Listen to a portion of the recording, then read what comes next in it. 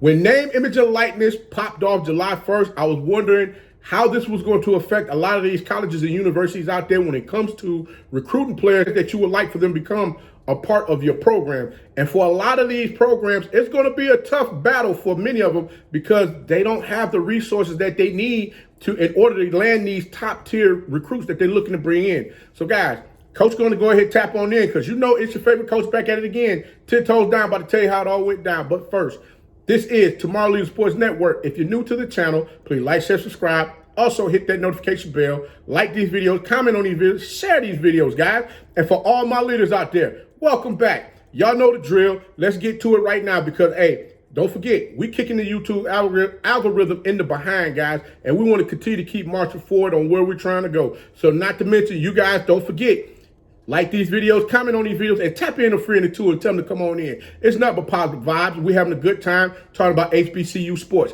But in this instance, we're going to talk about a HBCU player that went into the transfer portal that just broke some fantastic news, guys. But, you know, like I said, this young man, I took to this young man early on during the spring season. So, hey, let Coach go ahead and tap on in so he can talk about this thing right now because I know y'all like, Coach, what you got going on now, man? There's always something with you. Let's talk about this young man because, like I stated before, I've taken to this young man because of all of the things that he's been able to accomplish in such a short period of time.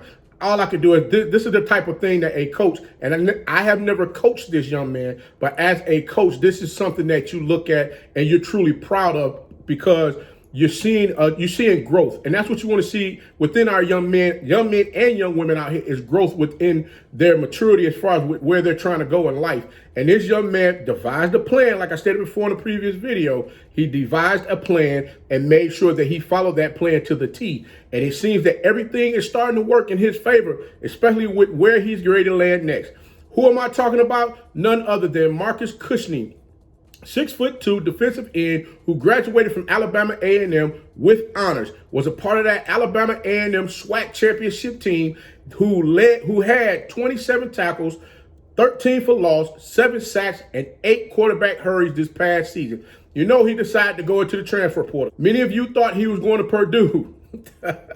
No, he ain't going to Purdue because, like I said, you guys remember he was getting offers from all over the place. He was getting them from the Big Ten, the ACC, you name it. He was even getting them from other FCS schools as well. And you know, initially it was stated he was going to Purdue, but no, it ain't happening that way.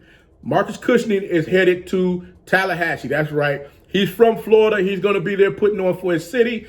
And playing out there in front of his family so that he can, you know, go ahead and finish out his last 2 years of eligibility, college eligibility.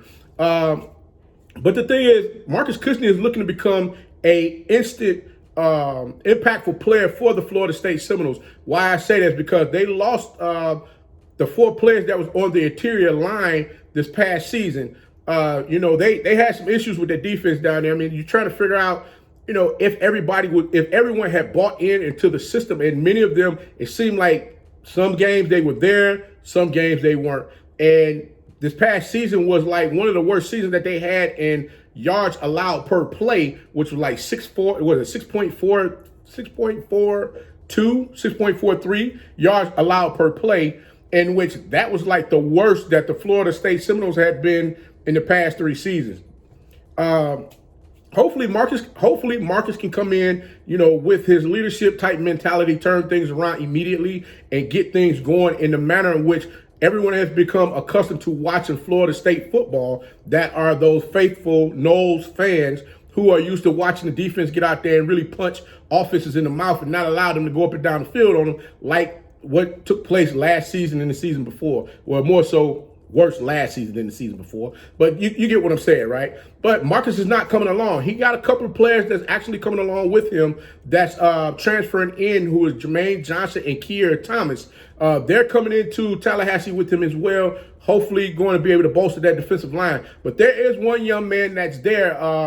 His name is Derek McClendon. He attended Tucker High School in Atlanta, Georgia. He's there also. Hopefully, you know, these guys can get everybody to get on board and get this thing in order so that they can get back to playing that prominent defensive football. Congratulations, Marcus. Coach Walker wishing you And FSU, nothing but the best of luck in this upcoming season, and look forward to you doing some phenomenal things. And also, Marcus, don't forget, let Mom know we're coming to Tallahassee. We sit next to her at the game. We ain't sit next to nobody else. We sit next to her because we know Mom going to be crunk the whole game, and that's how we like to be out there having a good time. But until next time, if you like the content, please like, share, subscribe. Also, you can follow us on social media. The links are listed down below in the description. And remember, be the one and lead.